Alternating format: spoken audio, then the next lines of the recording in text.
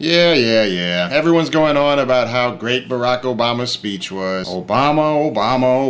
I hate Barack Obama. The other day I had this video all worked out in my head where I was going to compare Jeremiah Wright to everybody's grandparents and break the whole thing down. Then the next day I turn on the TV and what do I find? Barack Obama stole my whole grandmother bit. That was my thing that I was going to say. Bad enough you took the whole having a black father and a white mother thing and copied it from me. I was going to let that slide. But how did you? I don't know how he's stealing my thoughts. I'm mad at Barack Obama right now. That being said, he did make a great speech. And obviously what made the speech so important is that it's so rare for someone on that level of politics to speak about racial issues at that much length and with that much nuance, and set an example for how we can all take a deep breath and slow down and actually talk some real talk. We'll have lots of media chatter for the rest of this week about how the speech was a political necessity for very mundane reasons, and a lot of speculation about how the speech worked as a tactic and how it fits into the horse race. But I hope that we'll also be able to detach from that, take a deep breath, and then continue on with this conversation after the media chatter dies down. Because there's been a lot of talk this year about how people are post-racial and they're over the race thing. But people seem to relate to being over race as if it means we never have to talk about race again. And whenever the topic comes up, people shut the conversation down like we don't have to talk about race because we're over that. We're post-racial. No, you're not. Trying to be post-racial is like trying to be colorblind. It's impossible to achieve and it's not even a good idea to begin with. Having a healthy relationship with race doesn't mean that you don't recognize someone's ethnicity and heritage. It means that you do recognize it and you're comfortable with it and you don't make any irrational judgments based on it. And being over something doesn't mean that you never talk about it again. If you want to avoid talking about something, that means you're not over it. You're only over something when you feel perfectly fine about discussing it whenever it comes up. And that's why I'm so happy to see Obama finally dive right into talking about race. Because whether we take up the challenge to continue this real talk is going to be the true test of whether we actually want to get over it or we just want to keep pretending that it's over.